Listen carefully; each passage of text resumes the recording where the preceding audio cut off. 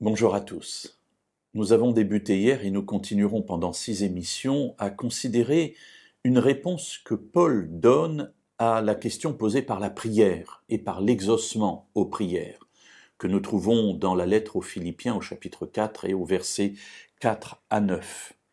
Hier, nous avons vu que Paul nous encourage à nous réjouir en Dieu, en Jésus, en mettant notre espérance en eux, sachant qu'il répondra, qu'ils répondront à nos prières. Alors, continuons, si vous le voulez bien, ce récit. Verset 5, Paul continue en disant « Que votre douceur soit connue de tous les hommes, le Seigneur est proche. »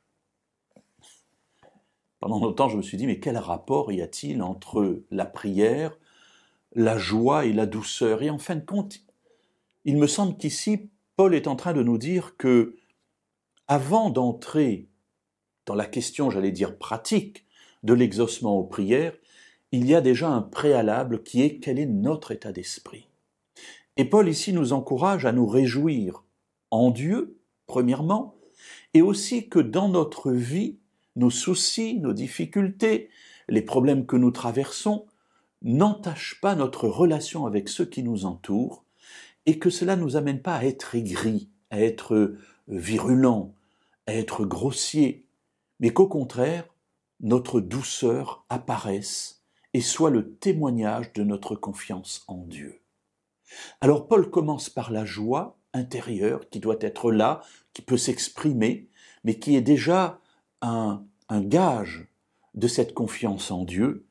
Et ensuite, il nous dit que votre douceur soit connue de tous les hommes. Il ajoute, le Seigneur est proche. Ce qui veut dire que pour Paul, le fait d'être doux est en lien avec le proche retour du Seigneur.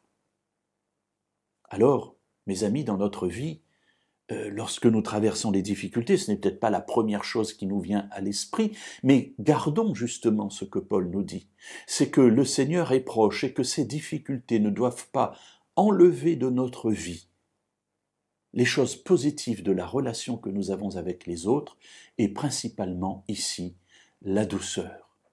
Restons doux avec les autres, même lorsque nous traversons des difficultés. Laissons la paix de Dieu nous envahir pour que cette douceur puisse jaillir. Voilà un conseil aussi qui est intéressant dans une période de trouble.